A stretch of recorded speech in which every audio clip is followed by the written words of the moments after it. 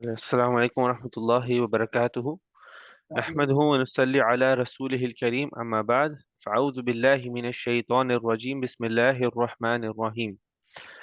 چلے دعاؤں سے سٹارٹ کرتے ہیں.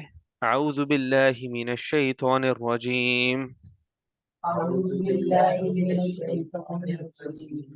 رب اشرح لي صدری رب اشرح لي صدري ويسر لي امری ويسر لي أمري واحلل عقدة من لسانی واحلل عقدة من لساني يفقه قولی يفقهوا قولي.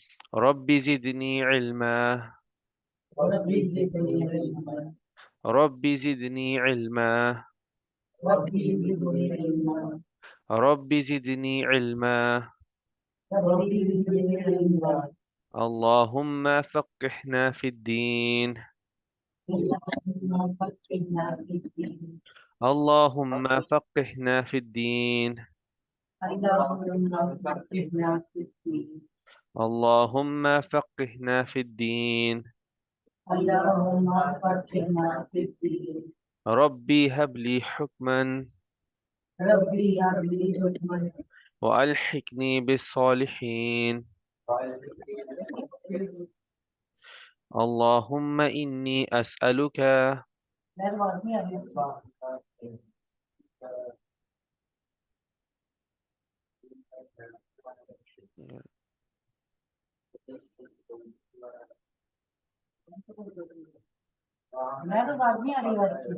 آواز آ رہی؟ چلو اللهم إني أسألك اللهم إني أسألك علما نافعا علما نافعا ورزقا طيبا ورزقا طيبا وعملا متقبلا. وعملا متقبلا. چلیں. اعوذ باللہ من الشیطان الرجیم بسم اللہ الرحمن الرحیم والضحى والليل إذا سجى ما ودعك ربك وما قلى وللآخرة خير لك من الأولى ولسوف يعطيك ربك فترضى ألم يجدك يتيما فآوى ووجدك ضالا فهدى ووجدك عائلا فأغنى فأما اليتيم فلا تقهر وأما السائل فلا تنهر وأما بنعمة ربك فحدث. اعوذ باللہ من الشیطان الرجیم بسم اللہ الرحمن الرحیم اشہد ان لا الہ الا اللہ وحدہ لا شریک لہ واشہد ان محمدا عبدہ ورسولہ. تو آج ہم بات کرنے والے ہیں سورۃ ضحیٰ کے بارے میں. سورۃ ضحیٰ یہ بھی ایک مکی سورہ ہے اور یہ سورہ ہے، یہ ڈائریکٹلی پروفیٹ صلی اللہ علیہ وسلم سے بات کر رہی ہے. نبی صلی اللہ علیہ وسلم ڈائریکٹلی بات کر رہی ہے. اللہ یہاں پہ ڈائریکٹلی نبی صلی اللہ علیہ وسلم سے بات کر رہی ہے، لیکن وہ جو نبی صلی اللہ علیہ وسلم سے بات کر رہے ہیں وہ کسی حد تک ہمارے اوپر بھی اپلائی ہوتا ہے، اور ہم دیکھیں گے کس طرح ہوتا ہے اپلائی انشاءاللہ. تو ایک بیک گراؤنڈ دینے کے لیے، کانٹیکسٹ دینے کے لیے، تو جب نبی صلی اللہ علیہ وسلم کو نبوت ملی تھی، اس کے بعد نبوت ملنے کے بعد دو ایسے وقفے آئے تھے جن میں کوئی ریولیشن، کوئی اوپر سے کچھ نازل نہیں ہو رہا تھا اللہ کی طرف سے. دو ایسے گیپس آئے تھے جن میں کچھ نازل نہیں ہو رہا تھا، نہ ہی جبریل علیہ السلام نبی صلی اللہ علیہ وسلم سے ملنے آ رہے تھے. ٹھیک ہے. پہلا گیپ ہوا تھا جب سورہ علق نازل ہوئی تھی، اس کے بعد ایک چھوٹا سا گیپ آیا تھا، اس کے بعد جو سیکنڈ سورہ تھی وہ نازل ہوئی. ٹھیک ہے، یہ پہلا گیپ تھا. اس کے بعد ایک اور گیپ ہوا تھا، نبوت یعنی کچھ نازل نہیں ہو رہا تھا، اور جو دوسرا گیپ ہے ہم اس کی ابھی بات کر رہے ہیں. پہلے گیپ کی نہیں بات ہو رہی، یہاں پہ دوسرے گیپ کی بات ہو رہی. جب دوسرا گیپ آیا تھا جس میں کچھ نازل نہیں ہو رہا تھا اور کچھ وقفے کے لیے جبریل علیہ السلام بھی نبی صلی اللہ علیہ وسلم سے ملنے نہیں آ رہے تھے. ٹھیک ہے. اور اس گیپ میں نبی صلی اللہ علیہ وسلم بہت ہی زیادہ سٹریس ہو گئے تھے. ان کو بہت سٹریس ہو گیا تھا, بہت ہی وہ غمگین بھی ہو گئے تھے, انہیں غم بھی ہو رہا تھا کہ ان کو ایسا لگ رہا تھا کہ میری وجہ سے تو نہیں یہ گیپ ہو رہا, کہ میں نے کوئی غلطی تو نہیں کر دی. ان کو یہ لگ رہا تھا کہ اس کے بعد کیا مطلب ابھی اور کچھ نازل نہیں ہوگا. تو اللہ نے نبی صلی اللہ علیہ وسلم کو تسلی دینے کے لیے, آرام دینے کے لیے, ان کا سٹریس کم کرنے کے لیے یہ سورہ نازل کی تھی. اور بیسیکلی سورہ میں نبی صلی اللہ علیہ وسلم کو بولا گیا ہے کہ اللہ آپ کو بھولا نہیں ہے, اللہ نے آپ کو چھوڑا نہیں ہے, اور نہ ہی اللہ غصے میں ہے. کیونکہ نبی صلی اللہ علیہ وسلم کو لگ رہا تھا کہ شاید اللہ غصے میں ہے میرے سے, تو تب یہ سورہ نازل ہوئی تھی. لیکن یہ گیپ آیا کیوں تھا, ایگزیکٹ ریزن نہیں ہے, لیکن جو علماء ہیں انہوں نے الگ الگ ریزنز نکالے ہوئے ہیں. یعنی کہ جس طرح سے نبی صلی اللہ علیہ وسلم کی سیرت ہے, قرآن میں سے کہیں نہ کہیں سے وہ لوگ ٹرائی کرتے ہیں کہ ہم ریزن پتہ کرنے کے. کئی لوگ کہتے ہیں, کئی علماء کہتے ہیں کہ نبی صلی اللہ علیہ وسلم پر جب کچھ چیز نازل ہوتی تھی, آیتیں آتی تھی قرآن کی, تو وہ ان کو بہت ہی ایک ایگزاسٹ والی حالت میں چھوڑ دیتے تھے, بہت تھک جاتے تھے, وہ ان کو بہت پسینہ آتا تھا, ان پہ ایک لٹرلی ویٹ کی طرح ہوتا تھا قرآن جب نازل ہوتا تھا. سورہ مزمل میں اللہ نے کہا ہے, 5ویں آیت ہے, اِنَّا سَنُلْقِي عَلَيْكَ قَوْلًا ثَقِيلًا, کہ تمہارے اوپر ایک بھاری قول مطلب جو بولنے کے لیے ہوتا ہے, تو قول کا یہاں پہ مطلب قرآن ہے, تمہارے اوپر ایک بھاری لفظ ڈالا جائے گا, اور وہ فزیکلی بھاری تھا. ثقیلہ کا مطلب ہوتا ہے کہ فزیکلی بھاری ہونے والا.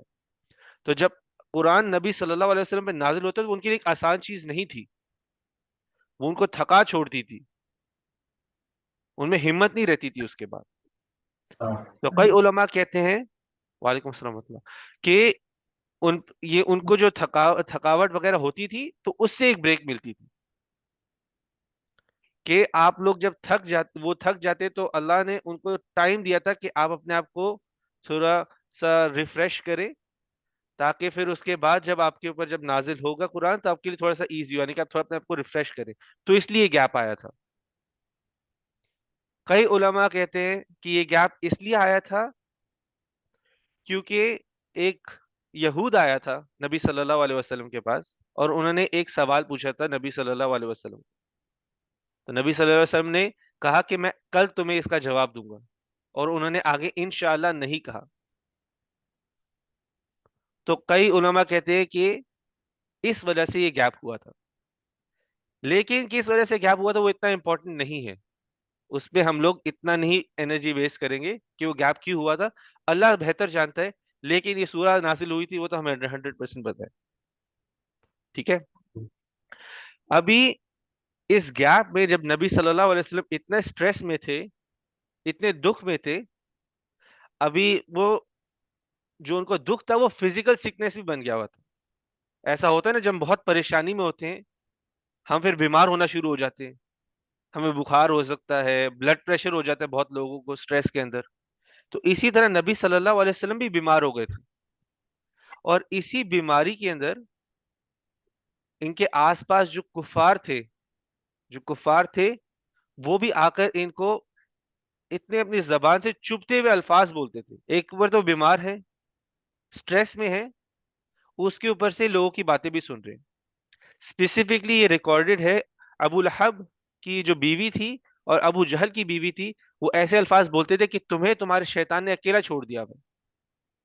وہ کہتے تھے یہ قرآن جو ہے یہ شیطان کی طرف سے آ رہا ہے, اور وہ الفاظ ایسے بولتے کہ تمہیں تمہارے الفاظ کہاں گیا تمہارا شیطان, ابھی کچھ نہیں بول رہا تم سے, چھوڑ دیا اس نے تمہیں اکیلا. تو ایسے چبھتے ہوئے الفاظ نبی صلی اللہ علیہ وسلم کو بولتے تھے, اور ان کو غم ہوتا تھا اس پر, کہ اور وہ سیڈ ہو جاتے تھے. تو اس پہ یہ سورہ نازل ہوئی ہے. تو یہ مائنڈ میں رکھیے, نبی صلی اللہ علیہ وسلم اس سورہ کے اندر دکھ میں ہے, سٹریس میں ہے, ان کے اوپر بیماری بھی ہے, بیماری یعنی کہ وہ جو سٹریس کی وجہ سے ہو جاتی, اور اوپر سے لوگوں کی ایسی باتیں بھی سن رہے. تو اس پر یہ سورہ نازل ہوئی, اور سورہ سٹارٹ ہوتی ہے والضحیٰ. تو اللہ قسم کھاتے ہیں دن کی چمک سے, اور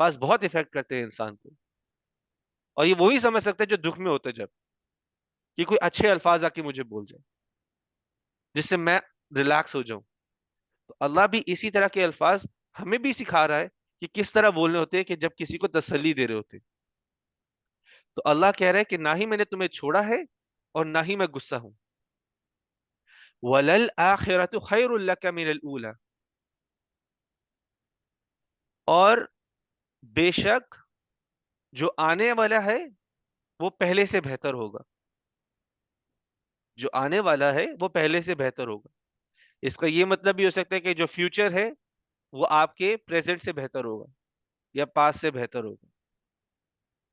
یا اس کا یہ مطلب بھی ہو سکتا ہے کہ جو آخرت ہے وہ دنیا سے بہتر ہوگی. دنیا میں مشکلیں ہیں لیکن جو آخرت ہوگی وہ دنیا سے بہتر ہوگی. ٹھیک ہے.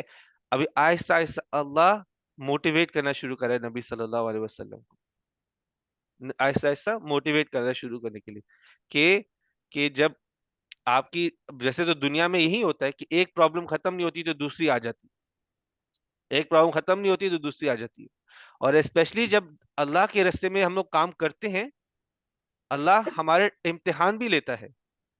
ہم اللہ کے راستے میں کام کرتے ہیں تو اللہ ہمارا امتحان لے رہا ہوتا ہے.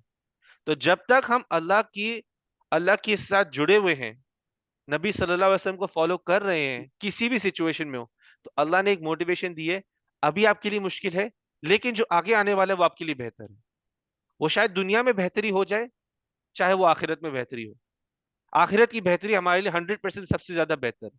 تو اللہ آہستہ آہستہ موٹیویٹ بھی کر رہا ہے پروفیٹ صلی اللہ علیہ وسلم کو کہ اس دنیا سے بہتر آخرت ہونے والی ہے. وَلَسَوْفَ يُعْطِيكَ رَبُّكَ فَتَرْضَىٰ، اور بے شک بہت جلد آپ کا رب اور تمہارا رب تمہیں دینے والا ہے اور تم خوش ہونے والے، تم راضی ہونے والے. بہت جلد تمہارا رب تمہیں دینے والا ہے اور تم راضی ہونے والے. یہ جو وعدہ ہے یہ نبی صلی اللہ علیہ وسلم سے کیا جا رہا ہے. ڈائریکٹلی بات ان سے ہو رہی تھی، ان پہ کیا جا رہا ہے. لیکن علماء کہتے ہیں جو نبی صلی اللہ علیہ وسلم کو اپنا رول ماڈل مانے گا، ان کی سنت کو اپنی زندگی میں اپلائی کرے گا، تو یہ وعدہ ان کے لیے بھی ہے. یہ وعدہ ان کے لیے بھی ہے کہ جو اللہ کے راستے پہ چلے گا، نبی صلی اللہ علیہ وسلم کے راستے پہ چلے گا، یہ وعدہ ان کے لیے بھی ہے کہ اللہ جلد ان کو دے گا جس سے وہ بھی راضی ہو جائیں گے. تو اگلی بار کبھی آپ ایک ایسی جاب چھوڑو جس میں حرام ہو، کبھی آپ کوئی ایسا رشتہ چھوڑو جو حرام ہو، یعنی کہ جو لڑکے لڑکیوں کے ریلیشن شپ اگر آپ وہ نبی صلی اللہ علیہ وسلم اور اللہ کی خاطر چھوڑ دو، یا اپنی آپ نیند قربان کرو تہجد میں کھڑے ہونے کے لیے، کچھ بھی آپ ایسا کام کرو جس طرح سے نبی صلی اللہ علیہ وسلم نے کیا تھا، تو یہ وعدہ اللہ آپ سے بھی کر رہا ہے. اور ضروری نہیں کہ وہ وعدہ، پھر سے میں بول رہا ہوں، ضروری نہیں کہ وہ وعدہ دنیا میں پورا ہو، کیونکہ دنیا میں جو زندگی ہماری وہ ایک امتحان ہے. وہ امتحان ہے کہ ہم کتنے خلوص سے ہیں اللہ کے ساتھ، کتنی پیور ہے ہماری انٹینشن. اللہ نے وہ ٹیسٹ کرنی ہے. کبھی کبھی یہ ٹیسٹ کے اندر اللہ آپ کو دے بھی دیتا ہے، آپ کو دنیا میں یعنی کہ مال میں برکت ڈال دیتا ہے، بچے دیتا ہے. یہ سب چیز ایک ٹیسٹ بن جاتا ہے آپ کے لیے. لیکن دنیا میں ٹیسٹ ہے، لیکن آخرت میں اللہ یہ وعدہ ضرور پورا کرے. کبھی کبھی دنیا میں بھی پورا کرتا ہے. ہمارا کیا فوکس ہونا چاہیے کہ ہمیں صرف عمل کرنا ہے. پھل ہمیں دنیا میں مل جائے تو شکر ہے، الحمدللہ. اگر نہیں ملتا تو انشاءاللہ آخرت میں ملے گا. ٹھیک ہے. ابھی اللہ سبحانہ تعالی نبی صلی اللہ علیہ وسلم کو تین چیزوں کی، ٹھیک ہے، ابھی نبی صلی اللہ علیہ وسلم کو تین چیزیں اللہ یاد دلائے گا. تین وہ چیزیں کے بارے میں یاد دلائے گا جو پاسٹ میں اللہ سبحانہ تعالیٰ نے نبی صلی اللہ علیہ وسلم کے لیے کی ہیں. اللہ یاد دلا رہے نبی صلی اللہ علیہ وسلم کو بھی یاد دلائیں گے کہ میں ہمیشہ تمہارے ساتھ ہی تھا، شروع سے لے کے اینڈ تک میں تمہارے ساتھ ہی تھا.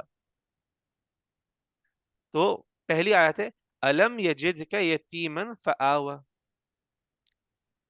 کیا تمہیں نہیں ہم نے پایا ایک یتیم اور پھر تمہیں شیلٹر بھی دیا، کہ مطلب ایک سہارا بھی دیا، کہ تمہیں ایک یتیم، میں نے تمہیں ایک یتیم نہیں پایا تھا اور اس کے بعد میں نے تمہیں سہارا بھی دیا. ٹھیک ہے.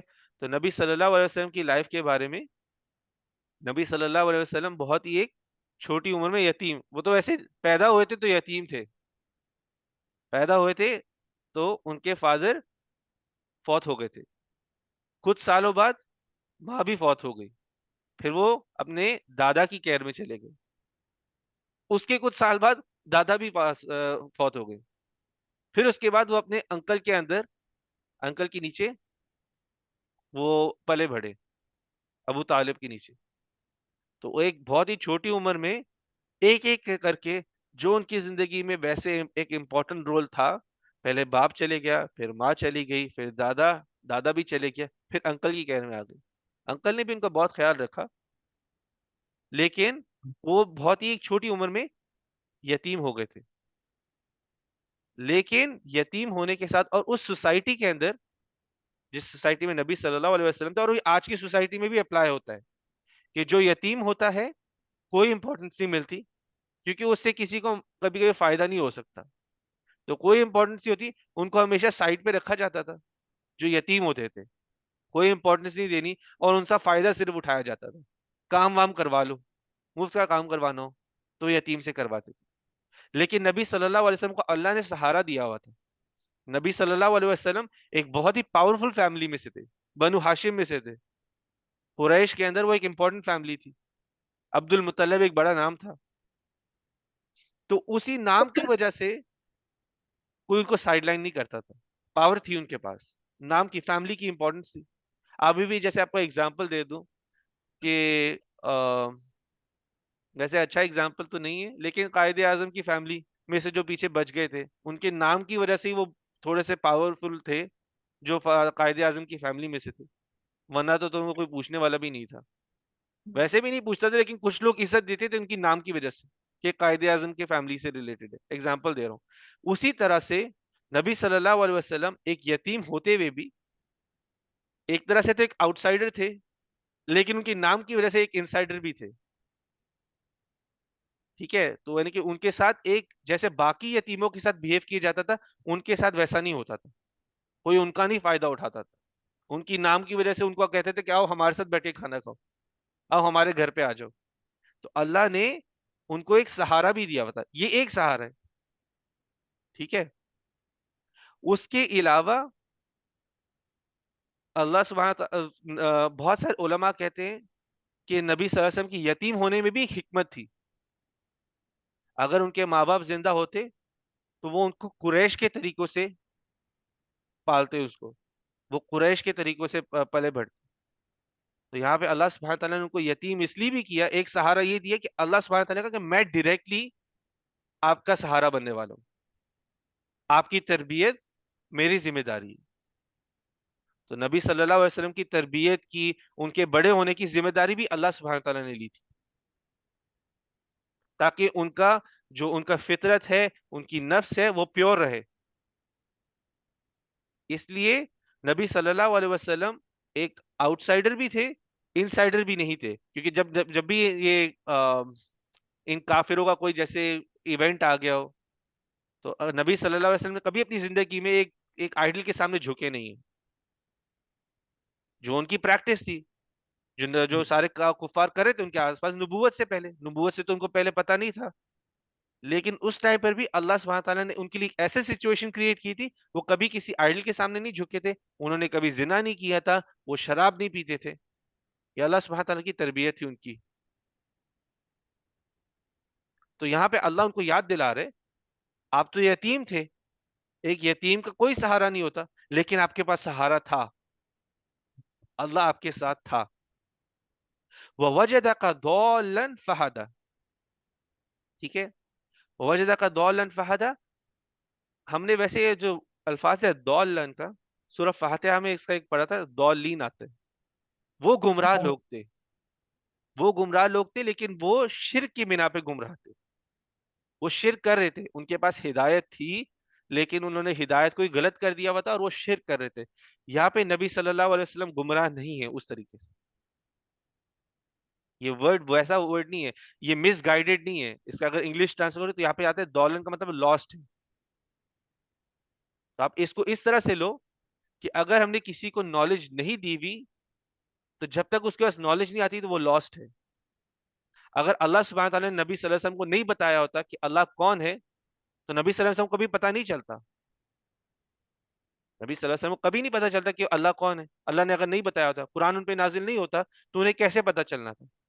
تو اللہ سبحانہ تعالیٰ کہہ رہے کہ آپ پہلے جیسے گمے ہوئے تھے, اس کے بعد اللہ نے آپ کو راستہ دکھایا, اللہ نے آپ کو ہدایت دی. اللہ نے آپ کو گما ہوا پایا اور پھر اللہ نے آپ کو ہدایت دی. تو یہاں پر سب سے زیادہ امپورٹنٹ تو یہ ہے, نبی صلی اللہ علیہ وسلم کبھی مس گائیڈڈ نہیں تھے, وہ کبھی اس طرح وہ شرک میں گمراہ نہیں تھے. یہاں پہ مطلب ہے کہ آپ پہ جب قرآن نہیں آیا ہوا تھا, آپ کو نبوت کا نہیں پتا تھا, تب آپ بس کسی بھی طرف بس چل رہے تھے, یعنی کہ ابھی تک کسی رستے پہ نہیں تھے. اللہ آپ کو ایک رستے پر لے کر آئے. تو وہ وجہ اللہ نے آپ کو گما ہوا پایا اور پھر اللہ نے آپ کو ہدایت دی. ٹھیک ہے, تو ویسے امپورٹنٹ صرف وہ ہے. یہاں پہ آپ کبھی بھی یہ نہیں سوچیں کہ نبی صلی اللہ علیہ وسلم گمراہ تھے, کیونکہ کبھی کبھی ٹرانسلیشن میں وہ غلطی ہو جاتی ہے, تو وہ غلطی تو ہونی نہیں چاہیے. نبی صلی اللہ علیہ وسلم نے کبھی بھی ایک ویسے بھی اپنی زندگی میں بھی کسی بھی آئیڈل کے سامنے جھکے نہیں ہیں. انہوں نے کبھی کچھ غلط کام نہیں کیا تھا اسلام سے پہلے بھی, لیکن اسلام ان کے پاس آیا, ان کو نالج ملی. کیا ہدایت ملی؟ ان کو نالج ملی کہ آپ نبی ہیں. ان کو نالج ملی کہ اللہ کون ہے, اور آگے جا کے بتاؤ اللہ کون ہے.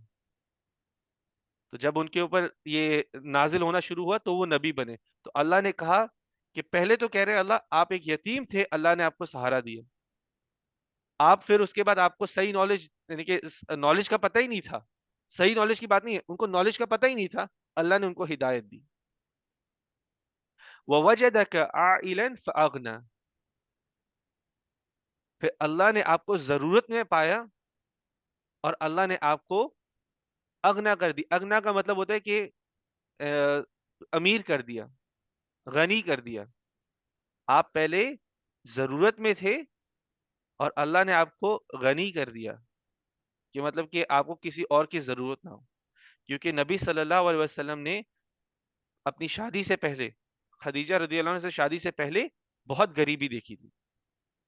وہ شیپرڈ تھے, کہ وہ لوگوں کی بکریوں کو لے کے جاتے تھے, ان کے دمبوں کو لے کے جاتے تھے, کھانا کھلاتے تھے, پانی پلواتے تھے اور واپس لا کے دے دیتے تھے. یہ ان کی جاب ہوتی تھی. اور ان کو اس کے لیے کچھ کہہ لیں کہ 25 سینٹس 75 سینٹس ملتے تھے پورے دن کے. انہوں نے غریبی دیکھی تھی. اور اس ٹائم پہ جب وہ غریب تھے تو ظاہر سی بات ہے انسان کو دیکھنا ہوتا ہے کہ میں نے آج کھانا کیا ہے, میں کیا کما سکتا ہوں, کہاں سے کھانا خریدیں گے, کہاں سے یہ کریں گے. تو اس چیز میں وہ بزی تھے, اپنی ضرورت میں وہ بزی تھے. تو اللہ سبحانہ تعالیٰ کہہ رہے کہ آپ کی زندگی میں خدیجہ رضی اللہ عنہ بھی ان کی وجہ سے آئی, اللہ کی وجہ سے آئی. خدیجہ رضی اللہ عنہ ایک بہت ہی اسٹیبلش بزنس وومن تھی مکہ کی, اور شادی کے بعد انہوں نے اپنا سارا مال دولت نبی صلی اللہ علیہ وسلم کو دے دیا تھا. تو اللہ کہہ رہے ہیں کہ آپ کی جو شادی بھی ہوئی ہے, آپ جو امیر بھی ہوئے, وہ بھی اللہ کی وجہ سے ہوئے. اور آپ یہ سوچو, خدیجہ رضی اللہ عنہ کی شادی کے بعد ہی جب ان کے پاس پیسہ ہے تو ان کے پاس وقت ملا کہ وہ ہرا میں جا کے بیٹھے, وہ جا کے سوچے اللہ کے بارے میں. اور کچھ مہینے گزرنے کے بعد ان کے پاس جبریل علیہ السلام آئے.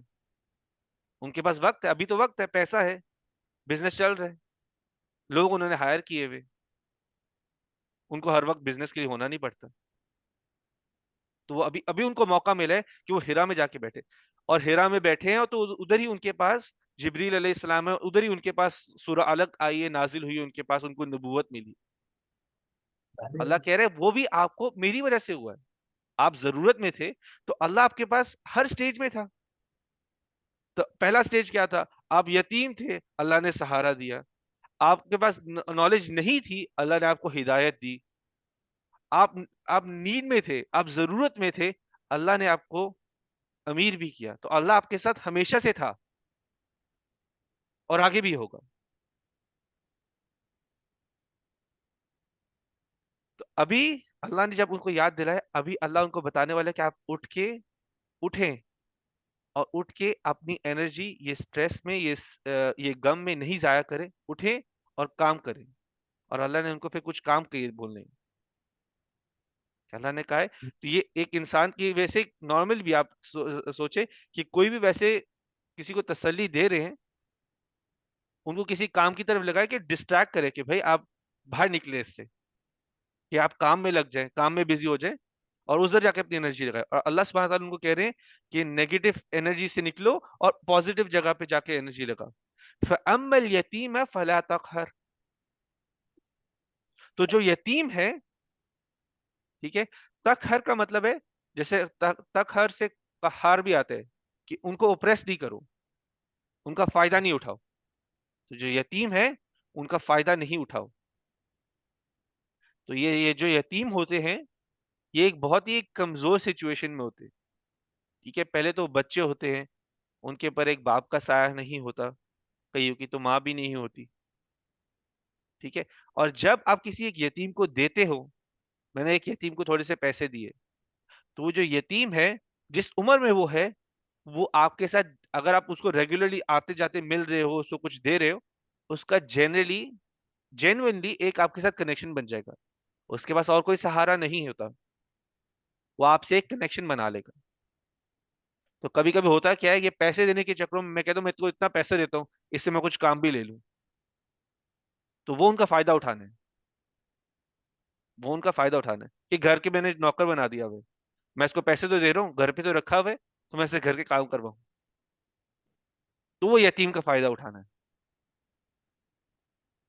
کہ یتیم کو میں دوں اور اس کو میں یہ بھی یاد دے رہا ہوں کہ تم مجھ سے نیچے ہی ہو، دینے کے بعد بھی ایک شو کروں پاور کا بھی، ان کو ایک فیور کر رہا ہوں. وہ تو آپ سے ایک کنیکشن بنا لیں گے، وہ جس عمر میں بھی ہے وہ اپنے بارے میں اچھا برا نہیں سوچ سکتے.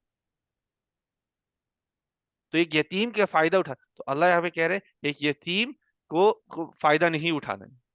ایسا نہیں کہ نبی صلی اللہ علیہ وسلم فائدہ اٹھاتے تھے، یہ ویسے ہمارے لیے بھی ہے کہ جاؤ یتیموں پہ فوکس کرو، ان کو پیار دو، اوپریس نہیں کرو، مطلب ان کو پیار دو، ان کے ساتھ اچھا کنیکشن بناؤ ایک. تو یہاں پہ اللہ سبحانہ تعالیٰ میں بھی یاد دلا رہا، اور ہمیں بھی ویسے اس بارے میں کافی کیئرفل ہونا چاہیے. بے شک دبئی میں نہیں ہے یتیم، پاکستان میں ہو کسی کے، آپ کبھی ہم واپس پاکستان بھی جا سکتے ہیں.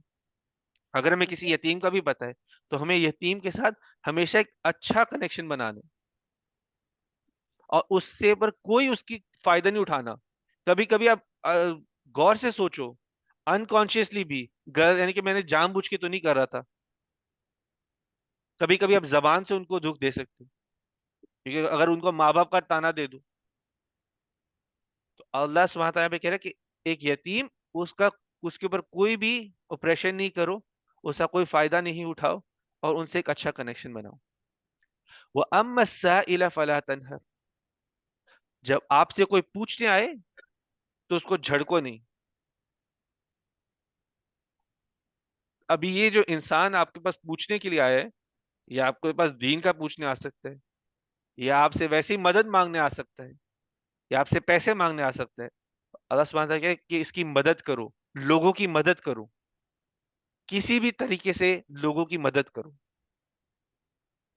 اللہ سبحانہ تعالیٰ نے یہ نہیں کہا کہ چیک کرو کہ یہ بندہ جینون ہے کہ نہیں، یہ صحیح میں اس کو ضرورت ہے کہ نہیں. اللہ نے یہ نہیں کہا. اللہ نے کوئی مانگنا ہے اس کی مدد کرو.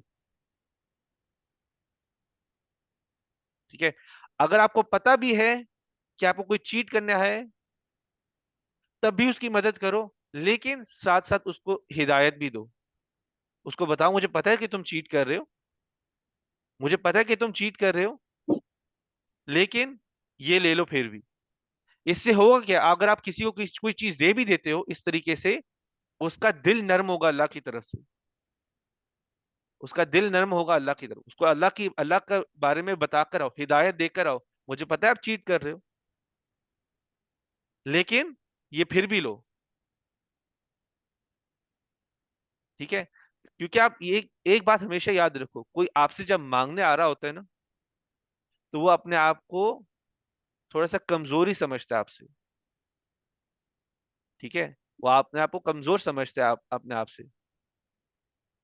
کوئی نہیں چاہتا وہ جا کے مانگے، کوئی بھی نہیں چاہتا کہ کبھی کبھی وہ جا کے مانگے. کیا کبھی فور میں ایگزامپل تو اپنے بھائیوں میں بھی ہوتا ہے، کبھی کبھی وہ ایسا کبھی بھی اچھا لگتا ہے کہ میں جا کے اسپیسیفکلی مجھے مانگنا پڑے ہو کسی سے، میں جا کے بولوں یار مجھے شعیب تھوڑے پیسے چاہیے، مطلب کمزور دکھاؤ اپنے آپ کو. انسان جنرلی یہ نہیں چاہ رہا ہوتا. کسی کو مانگنے کی عادت نہیں ہوتی، کسی کے بنا نہیں ہوتا کہ مجھے مانگنے والا بننا ہے، یہ فطرت میں نہیں ہوتا. لیکن انسان کو اپنے آپ کو کبھی کبھی کمزور دکھانا پڑتا ہے کیونکہ اس کے پاس نہیں ہوتا. تو جب کسی کے پاس نہیں ہوتا تو ہمیں تو اس کی کسی بھی طریقے سے مدد کرنی چاہیے. ٹھیک ہے. اور کبھی کبھی یہ ہوتا ہے آپ انسان کی رائٹ وے مدد نہیں کر سکتے، تو جو مانگ رہا ہے اس کو بھی تھوڑا سا کیئرفل ہونا چاہیے کہ اس کو بھی اچھا یعنی کہ سوچ رکھنی چاہیے دوسرے کے بارے میں. وہ یہ نہ کہے کہ بھائی اس نے تو مجھے دیا نہیں، اس نے تو مجھے اوپریس کر دیا، یعنی کہ مجھے ابھی فوراً مدد نہیں ملی ہے تو مطلب یہ میری کوئی امپورٹنس نہیں ہے. بندہ یہ سوچنے لگ جاتا ہے مجھے ابھی پیسے میں نے مانگے مجھے ملے نہیں ہے تو میری کوئی امپورٹنس نہیں اس بندے کو. تو دونوں طریقے سے کہ آپ کسی کو کوئی مانگنے آپ سے آئے تو آپ کسی جتنی مدد کر سکتے ہو کرو، اور جو مانگنے والا بھی ہے وہ یہ بھی نہ بری سوچ رکھے کہ بھائی میری مدد نہیں ہوئی تو میں میرے ساتھ تھوڑا ظلم ہو گیا ہو. کبھی کبھی انسان کی استطاعت میں نہیں ہوتا مدد کرنا کسی کے بارے میں. تو اللہ ہمیں کبھی بھی ایسی سچویشن میں نہ رکھے جب ہمیں مانگنے والا بنائے. اللہ ہمیشہ ہمارا دینے والا ہاتھ رکھے. لیکن جب بھی آپ کے پاس کوئی آپ کا دینے والا ہاتھ اگر ہے تو آپ کے پاس کوئی آئے، پوچھنے آئے، مانگنے آئے، مدد مانگنے آئے، آپ اس کی مدد کرو. نبی صلی اللہ علیہ وسلم کو بھی کہا کہ آپ نے فوکس کرو ان چیزوں پر. ٹھیک ہے. تو اللہ نے ان کو دو جیسے ٹاسک بھی دیے. تو آپ دیکھو کنسول کرنے کا طریقہ، تسلی دینے کا طریقہ کیا ہے. ٹھیک ہے. اللہ سبحانہ تعالیٰ نے شروع کیا تھا، دو قسمیں کھائی تھی، اس کے بعد کہا کہ آخرت بہتر ہے، آخرت پہ فوکس کرو. ٹھیک ہے. اور پھر اللہ یاد دلاتا ہے کہ میں نے تمہاری ہمیشہ مدد کی ہے، جب تم یتیم تھے میں نے تمہاری مدد کی ہے، میں نے تمہیں بہت دینے والا ہوں. جب تم یتیم تھے میں نے تمہاری مدد کی ہے، جب تم غریب تھے میں نے تمہیں مدد کی ہے، جب تمہارے پاس نالج نہیں تھی میں نے تمہیں نالج دی ہے، جب میں نے تمہاری اتنی مدد کی ہے میں آگے بھی تمہاری مدد کروں. پھر اللہ نے کہا ہے کہ آپ اس چیز سے ہٹو اور اس چیز سے فوکس کرو. جاؤ یتیموں پہ فوکس کرو، جاؤ جو آپ سے مدد مانگنے آ رہے ہیں، جو آپ سے پوچھنے آ رہے ہیں، جاؤ ان کی مدد کرو. اپنی سیڈنس سے نکلو اور پازیٹیو جگہ پہ جا کے اپنی انرجی لگاؤ. ٹھیک ہے. اور پھر سورہ اس سے کنکلوڈ ہوتی ہے وَأَمَّا بِنِعْمَةِ رَبِّكَ فَحَدِّثْ. اور جو تم نعمتیں اللہ نے تمہیں آپ کو دی ہیں اس کا جا کے بیان کرتے رہو، جا کے لوگوں کو بتاتے رہو اللہ نے جو آپ پر نعمتیں دی ہیں. اور یہ کون سی نعمتیں اللہ نے دی ہیں جو بتانے والی ہیں؟ اللہ نے ان کو نبوت کی نعمت دی ہے، جاؤ بتاؤ کہ میں نبی ہوں اللہ کا. تو اور کیا ملا ہے ان کو؟ قرآن ملا ہوا ہے، جاؤ جا کے بتاؤ کہ یہ قرآن ہے. اور جب ان چیزوں کے بارے میں بتا رہے ہو اسی پروسیس میں اور بھی نعمتوں کا بتاؤ. بتاؤ اللہ کو میں تو یتیم تھا، میں یتیم تھا، اللہ نے مجھے پھر بھی ایک اچھا سہارا دیا. میں تو غریب تھا، اللہ نے مجھے پیسہ بھی دیا. میرے پاس کوئی نالج نہیں تھی، قرآن کے بغیر میرے پاس نالج نہیں تھی، تو اللہ نے مجھے قرآن دیا. تو اس پروسیس میں بتاؤ. لیکن ہمارے لیے سب سے ضروری یہ جاننا ہے، ٹھیک ہے، یہ تو نبی صلی اللہ علیہ وسلم کو کہا جا رہا ہے نا کہ اپنی نعمتوں کے بارے میں بتاؤ. ہمارے پر بھی ایک ڈیوٹی ہے، ہمارے پر بھی ایک ذمہ داری ہے. اللہ نے ہمیں بھی نعمتیں دی ہیں تو ہمیں بھی اپنی نعمتوں کا بتانا ہے. ٹھیک ہے. لیکن لیکن جب نعمتوں کا بتا رہے ہو تو ایک بہت ہی باریک سی لائن ہے، باریک سی لائن ہے. یا تو آپ شو آف میں چلے جاتے ہو یا نعمتیں آپ بتا رہے ہوتے ہو اللہ کی طرف لانے کے لیے. ہمارا نعمتیں بتانے کا مقصد صرف کسی کو اللہ کے قریب کرنا ہے، صرف ان کے دل نرم کرنا ہے اللہ کی طرف سے، ان کو غور و فکر میں ڈالنا ہے کہ وہ بندہ غور کرے کہ اللہ ہے اور اللہ کی طرف وہ بندہ آئے. ٹھیک ہے. لیکن اگر آپ شو آف میں چلے جاؤ گے تو پہلے تو آپ کو گناہ ہو جائے گا، آپ شو آف کر رہے ہو. دوسری مین پرابلم ہے جب آپ شو آف کرو گے تو آپ اپنی طرف حسد اٹریکٹ کرو گے، اپنی طرف جیلسی اٹریکٹ کرو گے. ٹھیک ہے. نبی صلی اللہ علیہ وسلم کی ایک حدیث ہے جس میں نبی صلی اللہ علیہ وسلم کہتے ہیں کہ العین الحق، بری نظر سچ ہے، ریالٹی ہے، اور اگر کچھ ایسی چیز ہے جو قدر کے آگے بڑھ جائے تو وہ بری نظر ہے. تو بری نظر ایک ایسی چیز ہے، اگر آپ کے لیے کچھ جیسے ہو، جیسے فار ایگزامپل میرے لیے ہو کہ میرے لیے یہ مال آنا ہے، بری نظر اس کو کٹ اوے بھی کر سکتی ہے آپ کی. اگر آپ کے نصیب میں ہو کہ میرا یہاں پہ اسپیشلی شادیوں میں بھی پرابلم ہوتی ہے کہ میرے لیے یہ رشتہ ہو، اور اگر بری نظر لگے تو بہت ایسے چانس ہوتے ہیں کہ آپ کے رشتے کام ہی خراب ہوتے چلے جاتے ہیں. تو نبی صلی اللہ علیہ وسلم کہتے ہیں کہ بری نظر سچ ہے، العین الحق، بری نظر سچ ہے، اور اگر کوئی چیز ایسی ہے جو قدر کے آگے بڑھ جائے تو وہ بری نظر ہے. ٹھیک ہے. تو اس آیت میں بھی بہت سے علماء نے بہت ڈیٹیل میں بات کی. انہوں نے کہا ہے کہ آپ اپنے رب کی نعمتوں کے بارے میں بتاؤ، لیکن اس طرح سے بتاؤ کہ وہ اللہ کے قریب کرے اور حسد نہ لے کر آئے آپ کے پاس. ایک سوال میں پوچھتا ہوں، حسد ہے کیا؟ جیلسی ہے کیا؟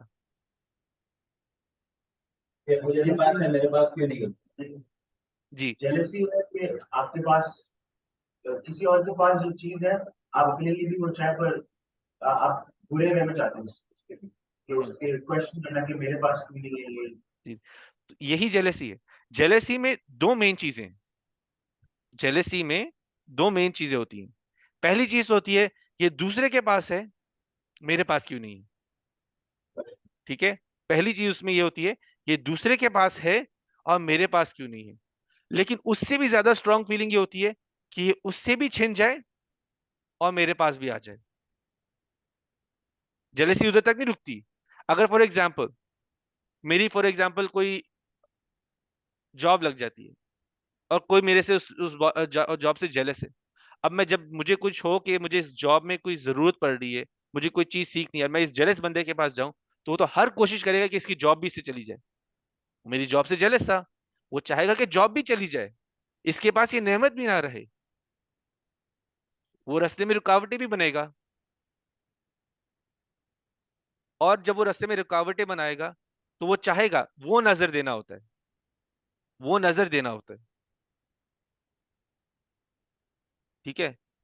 تو ہمیں سب سے پہلی بات چیز ہے کہ جیلسی کو سمجھنا ہے. جیلسی کا مطلب ہوتا ہے کہ یہ اس کے پاس کیوں ہے، یہ تو میں زیادہ میں زیادہ ڈیزرونگ تھا. لوگ یہ سوچتے ہیں میں زیادہ ڈیزرونگ تھا، یہ مجھے کیوں نہیں ملی، میرے ساتھ ایسے کیسے ہو سکتا ہے.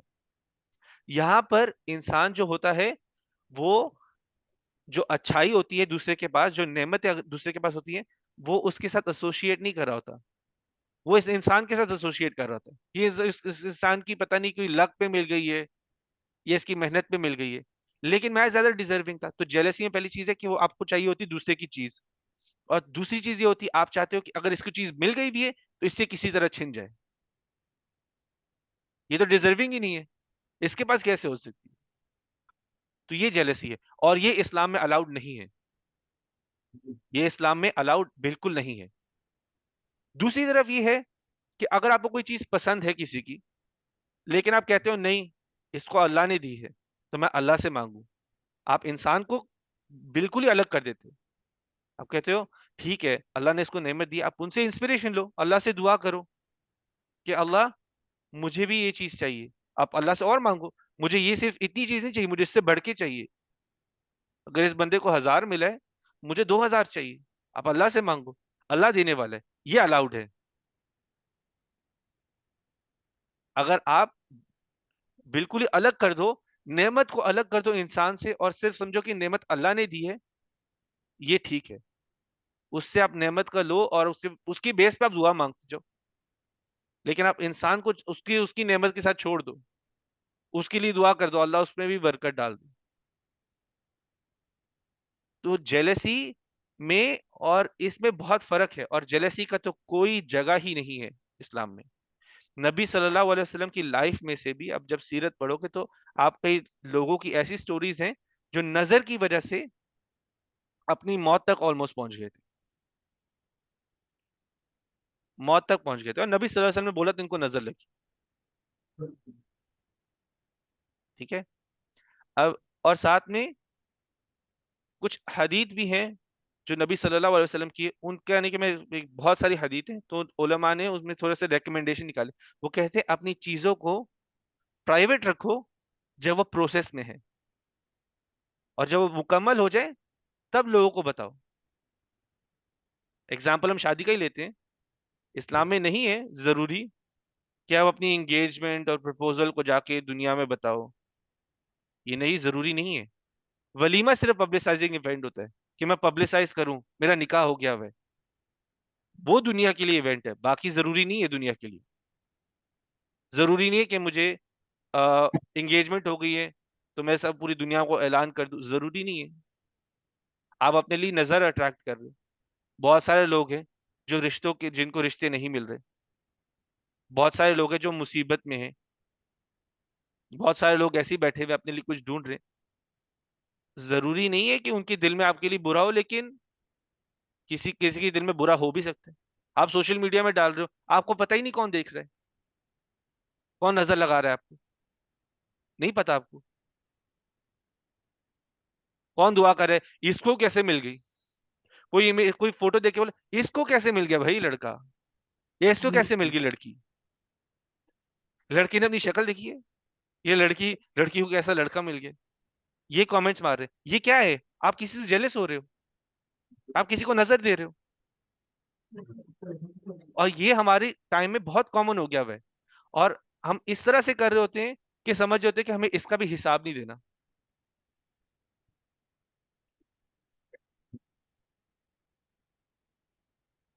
تو اسی طرح سے بہت ساری شادیاں ہیں جو ویسے اگر نارمل طریقے سے ہوتا، جو ان کی لکھی گئی ہوتی تو وہ پوری ہوتی، لیکن نظر کی وجہ سے انگیجمنٹ ٹوٹ جاتی ہے، بدنام ہو جاتے ہیں، وہ ان پہ لیبل لگ جاتے ہیں ہماری سوسائٹی میں. تو علماء کہتے ہیں کہ آپ چیزوں کو جب پروسیس میں ہے آپ ان کو پرائیویٹ رکھو، جب پوری مکمل ہو جائے تب دنیا کو بتاؤ. اور یہ صرف شادی کے لیے نہیں ہے، میں کوئی بہت بڑا پروجیکٹ کرنا چاہ رہا ہوں،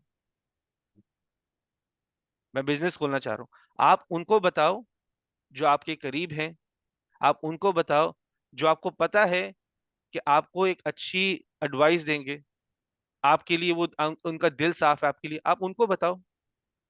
ضروری نہیں آپ کو اور کسی اور کو بتانے کی ضرورت ہے. جن کا دل آپ کے لیے صاف ہے آپ ان کو بتاؤ. اپنا کام کسی طرح سے یعنی کہ پوری مکمل تک لے کے جاؤ، پھر اس کے بعد تو بزنس کے لیے مارکیٹنگ تو کرنی ہے، آپ دنیا کو تو بتانا ہے. لیکن جب آپ کسی کو نہیں بتا رہے ہوتے ہو تو جھوٹ کا سہارا نہیں لینا. اب مجھے کسی کو نہیں بتانا ہوتا، میں اوائڈ کر دوں. بہت سارے طریقے آپ اوائڈ کرنے کے، آپ دوسرے طریقے ڈھونڈے، جھوٹ کا سہارا نہیں لیں. تو واپس ہم آتے ہیں نظر کے بارے میں بات کرنے کے لیے.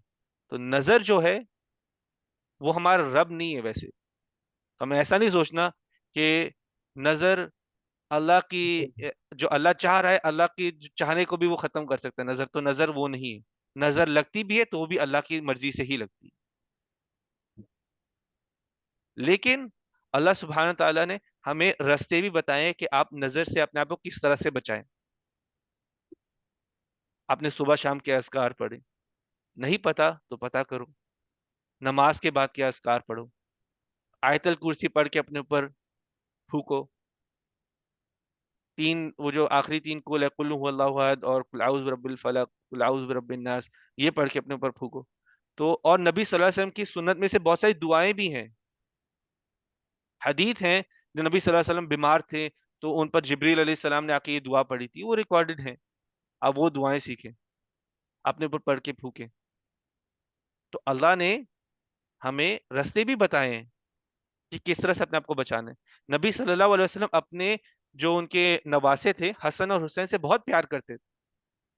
اگر کوئی آ کے ان کو بچوں کو کھیلتے ہوئے دیکھتا بولتا ہے بچے بہت پیارے لگ رہے ہیں اور ماشاء اللہ آگے سے نہیں بولتے تھے. نبی صلی اللہ علیہ وسلم ان کو فوراً ہی اٹھاتے تھے بچوں کو اور ان پہ ایک دعا پڑھتے تھے. اور یہ ہمارے لیے بھی لیسن ہے. ابھی ہمارے بیچ میں بھی بچے ہیں, کوئی آتا ہے دیکھ کے ان کو دیکھ کے بچہ بہت پیارا لگ رہا ہے, کچھ بھی بول رہا ہو سکتا ہے, ماشاء اللہ نہیں بولتا, تو آپ بھی بچے کو فوراً اٹھائے اور اس پہ کچھ پڑھے. نظر لگ جاتی, بچہ بیمار ہو جاتا ہے, کچھ بھی ہو جاتا ہے. یہ ہمارے لیے بھی لیسنز ہیں. نبی صلی اللہ علیہ وسلم کرتے تھے اپنے نواسوں کے لیے, تو یہ ہمارے لیے بھی لیسنز ہیں, ہمیں بھی اپلائی کرنا چاہیے.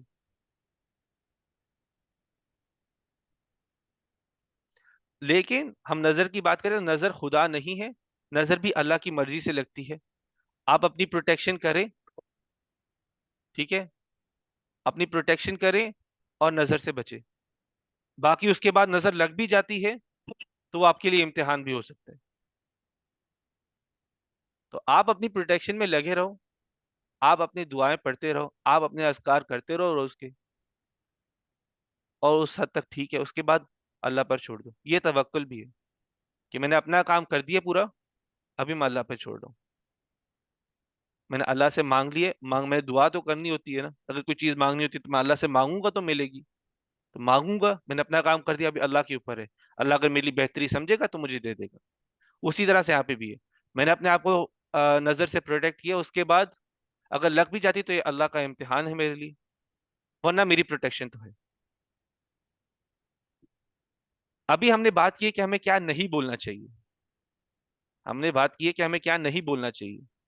تو ہم جلدی سے, تھوڑا سا نہیں کہ چھوٹا ہی ہوگا, ہم یہ ڈسکس کر لیتے کہ ہمیں کیا بولنا چاہیے. کون سی ایسی اپنی رب کی نعمتیں ہیں وہ بولنی چاہیے. لیکن سب سے زیادہ امپورٹنٹ یہ ہے, آپ کو یہ جاننا ہوتا ہے کب, کیا اور کہاں کہنا چاہیے. ٹھیک ہے, ایک وقت ہوتا ہے بتانے کا بھی, اور ہر جگہ پہ ہر چیز سیم چیز بتائی نہیں جائے گی. میں آپ کو ایگزامپل دیتا ہوں. اسپیشلی آپ کو بتانا تو اس ٹائم پہ چاہیے جب کوئی اپنی بہت ہی کمزور سٹیٹ میں ہو, جب کوئی امید اور حوصلہ ڈھونڈ رہا ہو, تب آپ کو نعمتوں کا بتانا چاہیے. اس سورہ میں بھی نبی صلی اللہ علیہ وسلم حوصلہ چاہ رہے تھے, وہ چاہ رہے تھے کہ وہ امید چاہ رہے تھے اللہ سے, تب اللہ نے آ کے بتایا, ان کو یہ سورہ نازل کی ہے تو ان کو بتایا. اسی طرح سے جب کوئی اپنی کمزور سٹیٹ میں ہو, اس کو جا کے بتاؤ. جیسے کوئی ہاسپٹل میں ہے, ڈاکٹر نے کہا ہے کہ بس آپ سے امیدیں سب ختم ہو گئی ہیں, آپ کے پاس کچھ وقت بچا ہوا ہے. آپ اس کو جا کے کہو زندگی موت اللہ کے ہاتھ میں, میں اس بندے کو جانتا تھا, وہ اپنی بیماری سے نکل آیا, یا میں ایسی کوئی بیماری میں تھا اور اللہ نے مجھے شفا دی. ایسی بہت ساری سٹوریز ہیں. اب یہاں پر آپ جا کے یہ نہیں کہیں گے, اپنی نعمتیں بتانے کے چکر میں آپ یہ نہیں کہیں گے او کہ فلاں فلاں بچے کے بچے ہو رہے ہیں, یہ ہو رہا ہے, وہ ہو رہا ہے, کیا اللہ کی نعمتیں.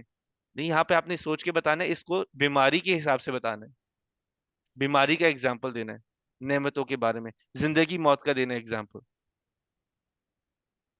اگر آپ کسی ایسے بندے کو جانتے جو حرام چیزوں میں تھوڑا انوالوڈ ہے, انٹرسٹ میں انوالوڈ ہے, اور وہ بہت ہی مصیبت میں, آپ اس کو جا کے بولو کہ میں بھی ایک مصیبت میں تھا, میں نے بھی اللہ کے لیے چھوڑا حرام کو, حرام چھوڑا اور میرے لیے بہتری ہونا شروع ہو گئی. ایسے ایگزامپل دینے آپ کو, اس طرح سے آپ کو نعمتیں بتانی ہے اللہ کی, کہ کوئی اللہ کی طرف آ جائے. جی پوچھے. مگر کافی لوگ تو برا بنا دیتے ہیں کہ یہ ہمیں اس اسٹیٹ میں بتا رہا ہے کہ ہم اپنے ویکسٹ پوائنٹ پہ ہیں, اور یہ ہمیں آپ کو بتا رہے کہ اس کے پاس یہ ہے, یا یہ کسی اور بندے کو جانتے ہیں اس کے پاس یہ ہے. کافی لوگ اس چیز میں برا بھی بنا دیتے ہیں. نہیں تو وہ طریقے سے ہی بولنا ہوتا ہے نا, وہ تو ایک طریقے سے بولنا ہوتا ہے. اور آپ کو پتا ہے کہ اس بندے نے پچھلی بار اس کا برا منایا تھا, تو اس کو کوئی اور ایگزامپل دے. ضروری نہیں ہے کہ اسے کوئی اور طریقے سے بتائیں. اللہ دینے والا ہے, تو وہ طریقہ ہوتا ہے بتانے کا.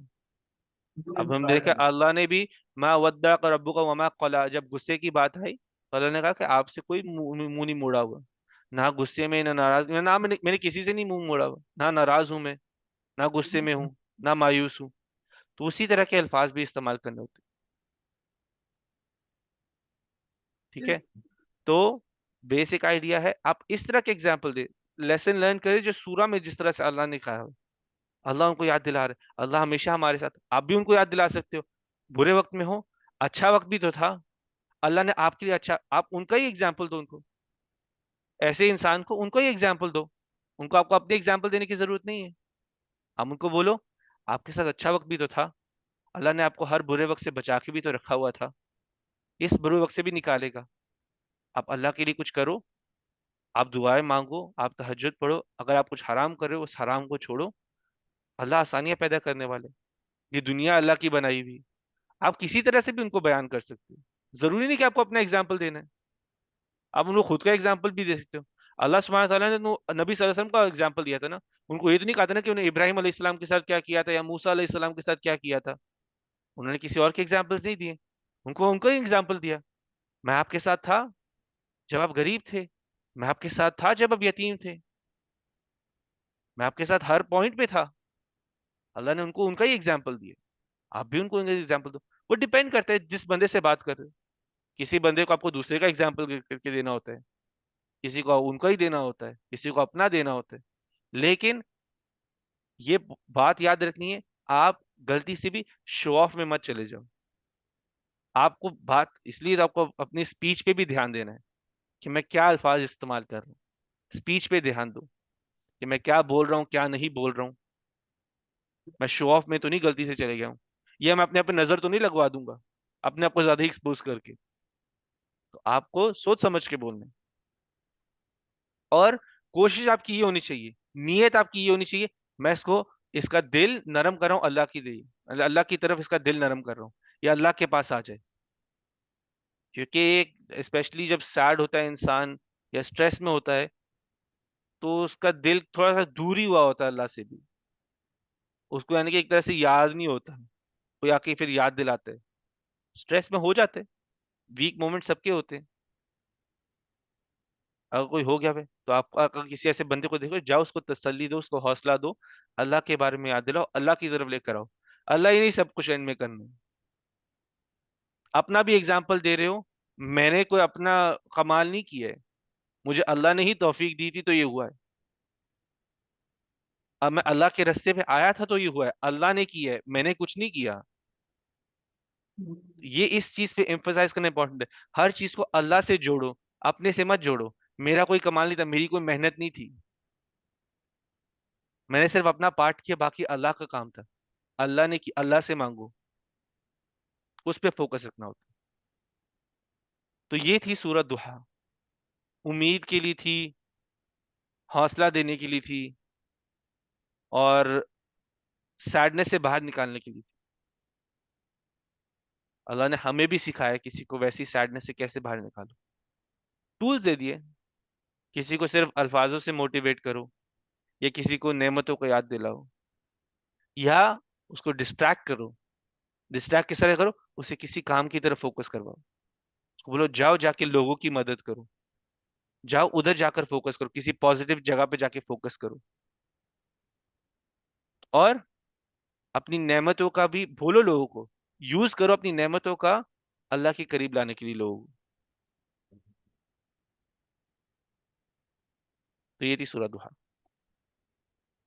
چھوٹی سی سورت تھی لیکن کافی چیزیں تھی اس کے اندر، مین میسیجز تو یہ ہے کہ اپنے آپ کو نظر سے بچاؤ، اپنی پروٹیکشن کرو، اور اپنے الفاظوں پہ دھیان دو،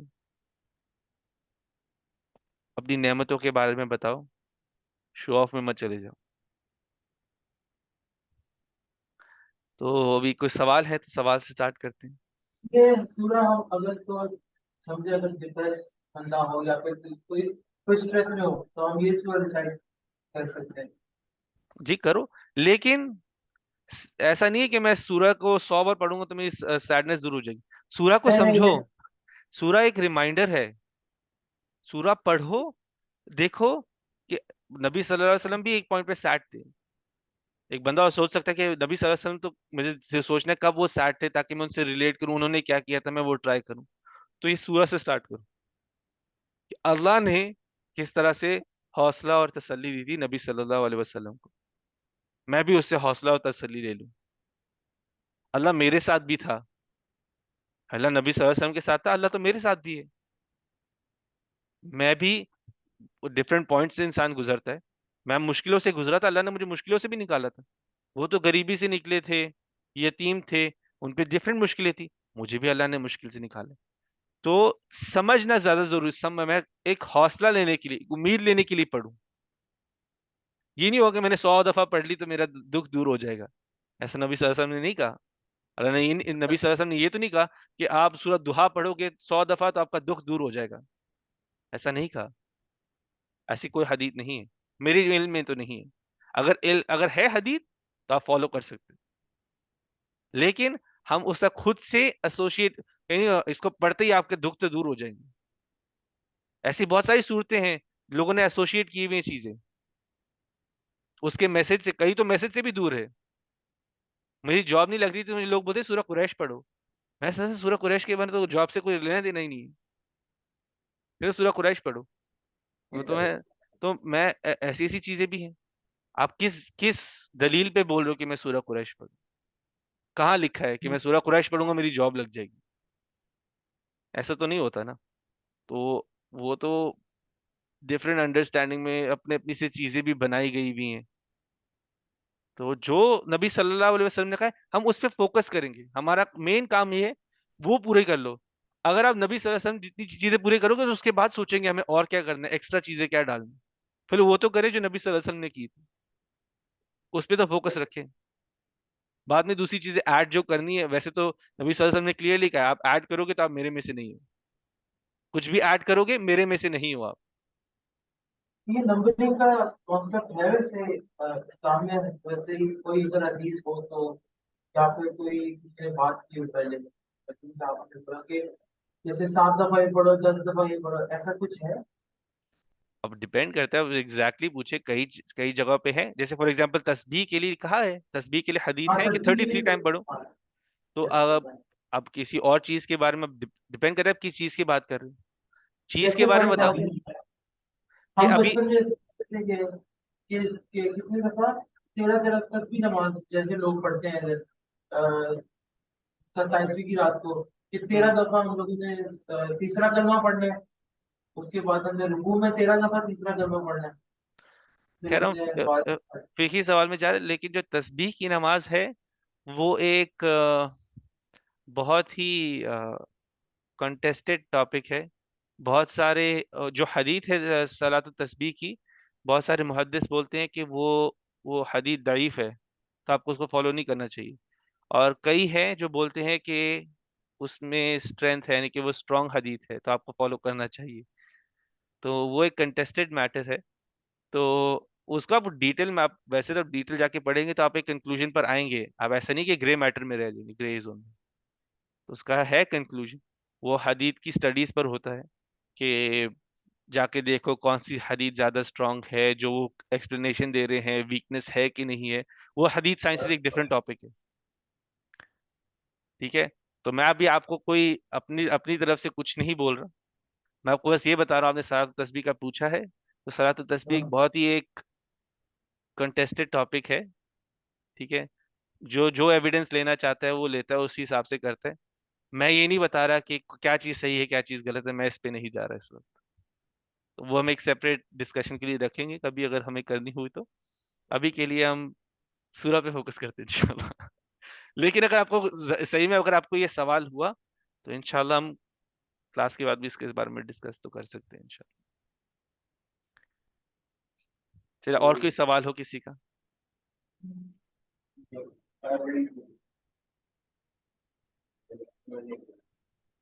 سب کچھ کلیئر ہے.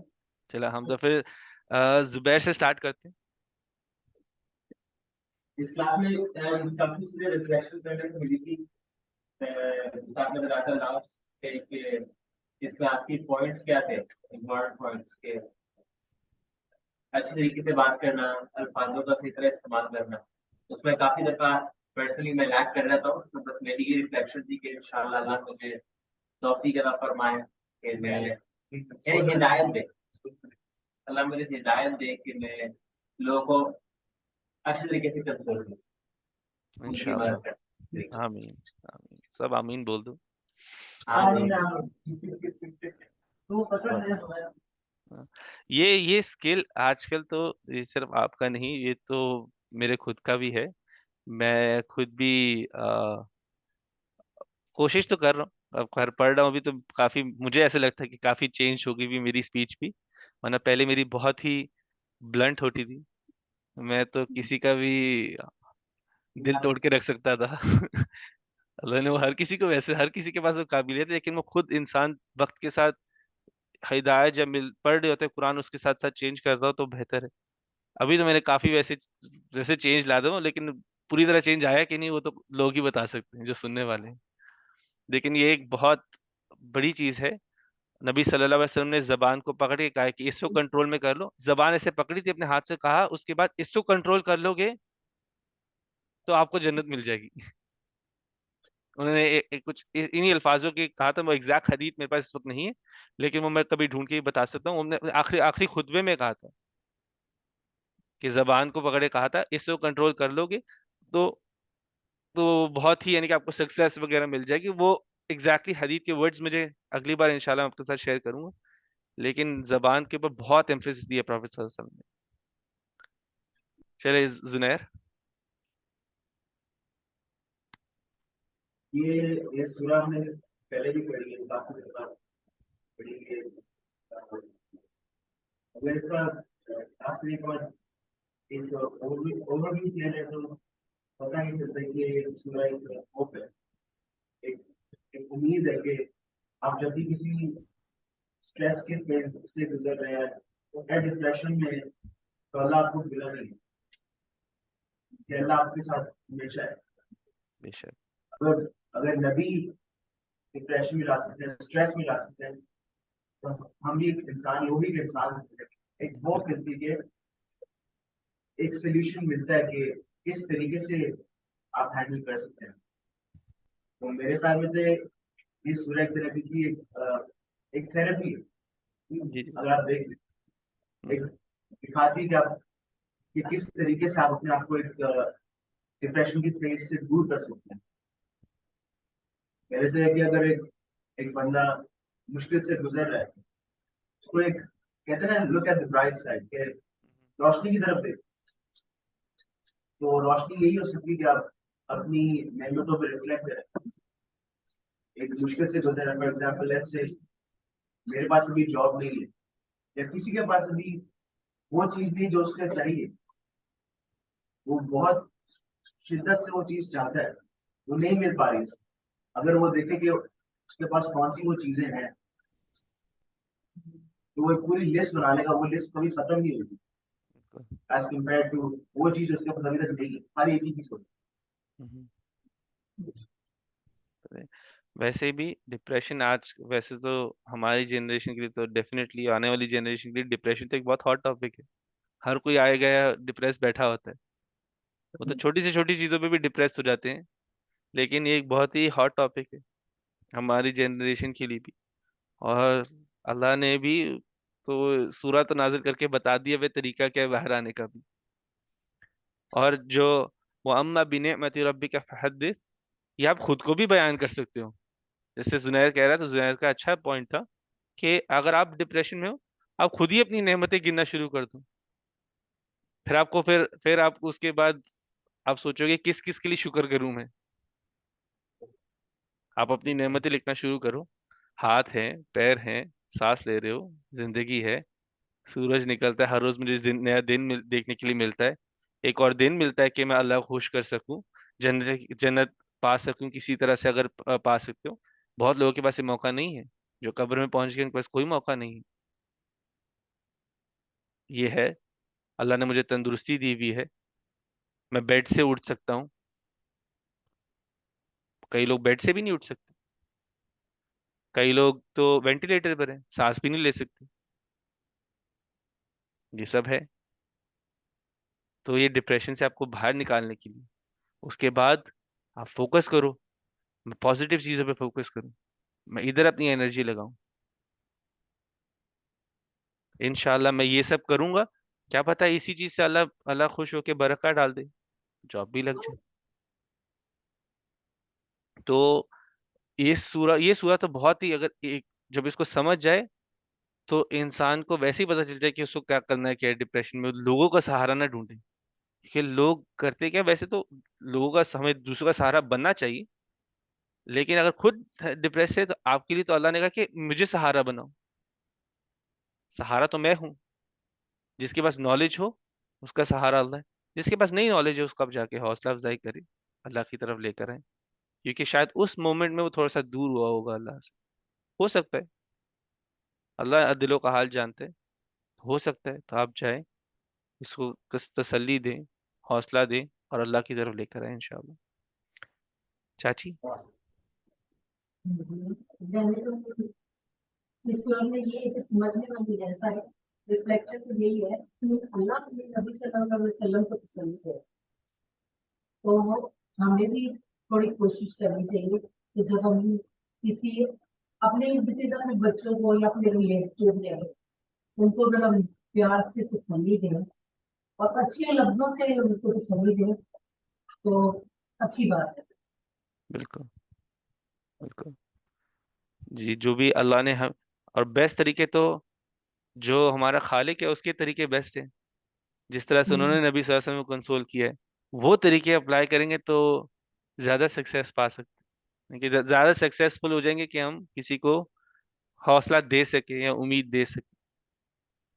جزاک اللہ خیر. اقرا. میرے لیے آج کا ریفلیکشن یہ ہے کہ جب مجھے پتا چلا کہ آج ہم یہ سورہ کر رہے ہیں، جنہوں نے بک کھولی ہے، میں دیکھا ہم سورہ دعا کر رہے ہیں، تو مجھے تو بہت فرسٹ آف آل خوشی ہوئی کیونکہ یہ سورہ نا میں بہت میرے دل کے بہت قریب ہے. کوئی نہ کوئی ایک سورہ بہت ہی ہوتی ہے، میری یہ بہت قریب ہے کیونکہ میرا بھی بہت ایک ڈفیکلٹ ٹائم تھا کچھ سال پہلے جب مجھے بہت مشکل تھی اور مجھے کوئی سولوشن نہیں دکھتا تھا اس کو. پیرنٹس کنسول کرتے ہیں لیکن وہ جو کنسولیشن آپ کو چاہیے ہوتی ہے وہ کیسے مل ہوگی. اور جب میں نے سورہ دعا پڑھی بہت یہ نازل کی گئی تھی، تو جب میں نے اس کا ٹرانسلیشن پڑھی میں نے ٹرانسلیشن پڑھی اس کی، تو تسلی بھی ملی اور ہوپ بھی ملی جو مین مقصد ہے سورہ کا. آئی تھنک یہ مجھے ان ٹائمس میں لے کے جاتا ہے اور مجھے یاد دلاتا ہے کہ اللہ نے کتنی نعمتیں ہمیں کتنی نعمتیں دی ہوئی ہیں.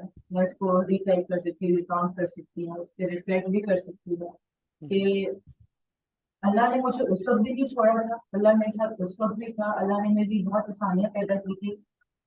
اور اب جو مجھ بھی مشکل آئیں گی ان سے پرانی مشکل سے سیکھ کے مجھے پتا چلے گا کہ اللہ اب بھی میرے ساتھ ہے. اب بھی اللہ نے مجھے اس وقت بھی مدد کی تھی تو اللہ بھی مجھے اب بھی مدد کرے گا.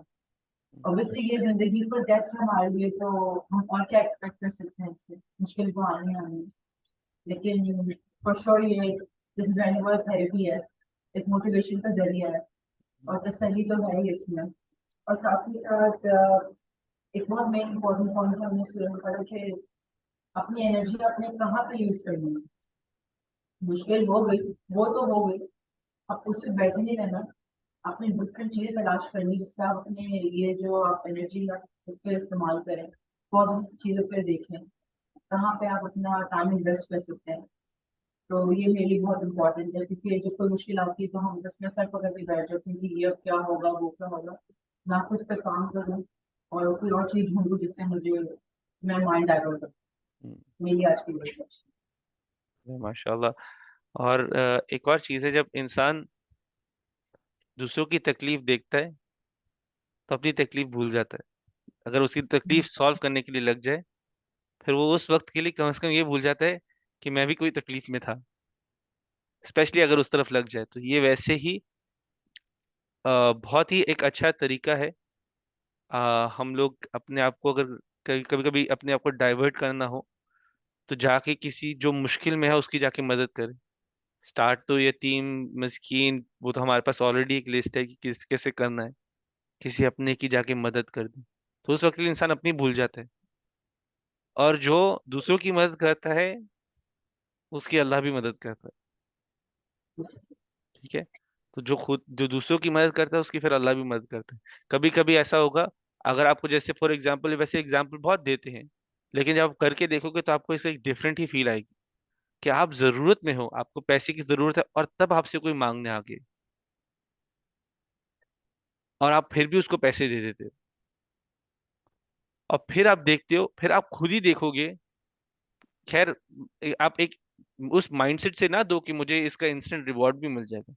آپ اللہ کے لیے سوچ کے دو، اور آپ دیکھو کہ آسانی خود بخود بنتی چلی جاتی. کہ میں نے ضرورت میں کسی کو پیسے دیے ہیں، میں نے یہ نہیں سوچا کہ اللہ مجھے اس کو دے دے گا.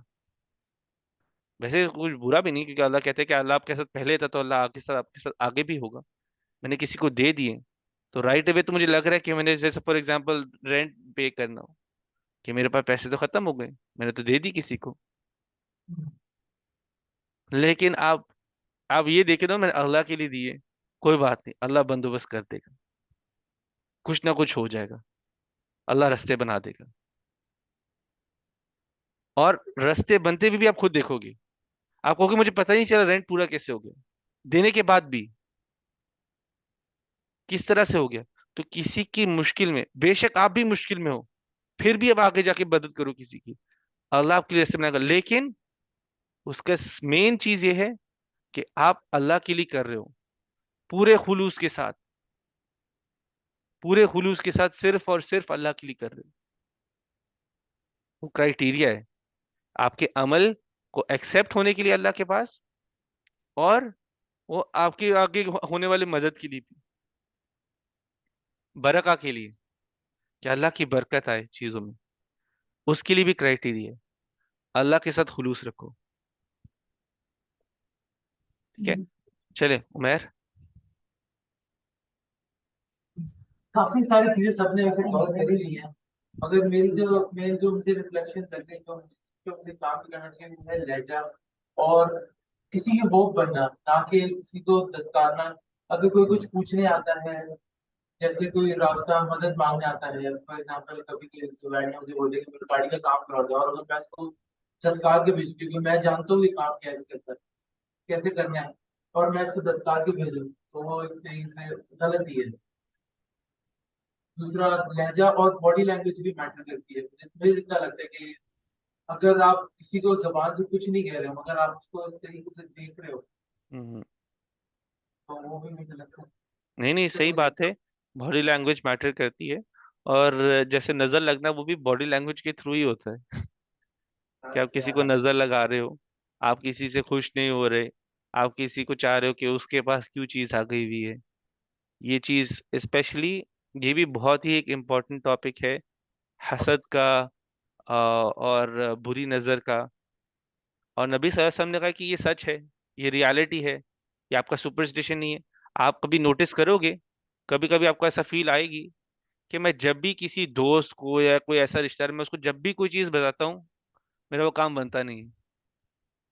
کبھی نہ کبھی آپ کو فیلنگ تو آئی ہوگی، میں جب بھی اس کو بتاتا ہوں تو میرا کام نہیں بنتا. آپ کو نہیں پتا ہوتا آپ کو کون نظر لگا رہا ہوتا ہے، لیکن آپ کے لیے ایک انڈیکیشن ہے، بھائی اس سے بچ کے رہو. ٹھیک ہے، انڈیکیشن ہے. تو یہ آپ کے لیے خود کی بھی ہے کہ بھائی میں کام نہیں بن رہا، تو آپ چیزیں پرائیویٹ رکھو. کام جب ہو جائے تب آپ ضرورت ہو تو بتاؤ.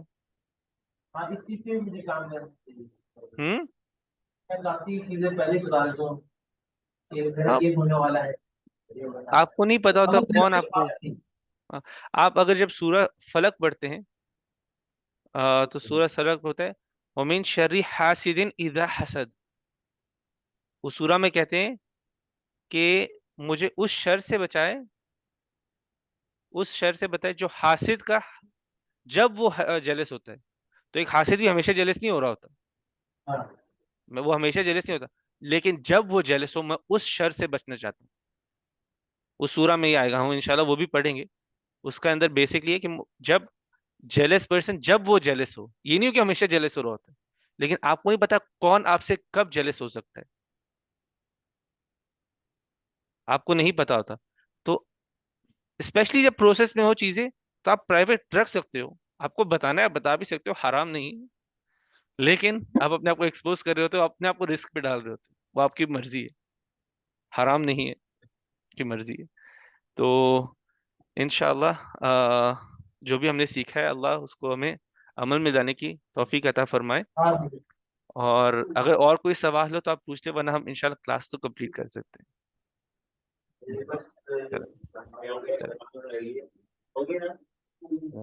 سبحانک اللہم و بحمدک، نشہد ان لا الہ الا انت، نستغفرک و نتوب الیک.